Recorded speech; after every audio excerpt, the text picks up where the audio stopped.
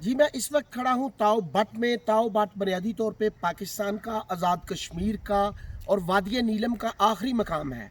जितने भी विजिटर आते हैं, टूरिस्टर आते हैं, मुज़फ़्फ़राबाद से जब शुरू होते हैं तो तमाम जो विजिटिंग पॉइंट्स हैं, तमाम स्पॉट्स को देखते हुए एंड पे वो जाके ताओ बट आते हैं। और ताओ बट जो है, इससे आगे इंडिया स्टार्ट हो जाता है। यही वो पॉइंट है बुनियादी तौर पे जहाँ से किशन गंगा जो रिवर है वो यहाँ पे आके उसका नाम नीलम, दरियाए नीलम बन जाता है।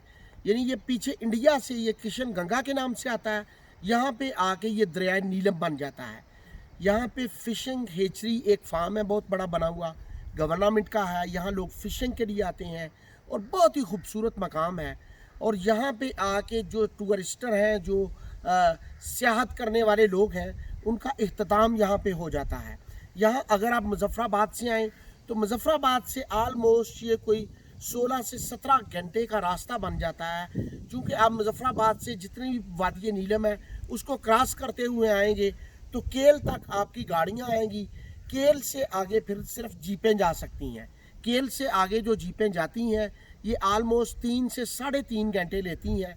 चूँकि ये चढ़ाई भी है और रास्ता अभी बहुत ज़्यादा जो है वो अच्छा नहीं है।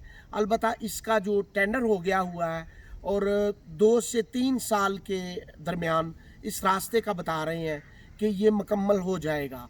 और ताओ बट में आके लोग एक अजीब सी फीलिंग महसूस करते हैं और यहाँ के लोग बड़े मेहमान नवाज हैं। और जितने भी गेस्ट हाउस बने हुए हैं या बुनियादी तौर पे जितने भी लोग यहाँ के रहने वाले हैं वो तमाम टूरिस्टर से सलाम दुआ लेते हैं, उनका हाल चाल पूछते हैं और फिर उनको बड़ा ही वो यहाँ पे प्रोटोकॉल देते हैं और बड़ा ही अच्छा लगता है जो टूरिस्टर हैं उनको ताओ बाटा।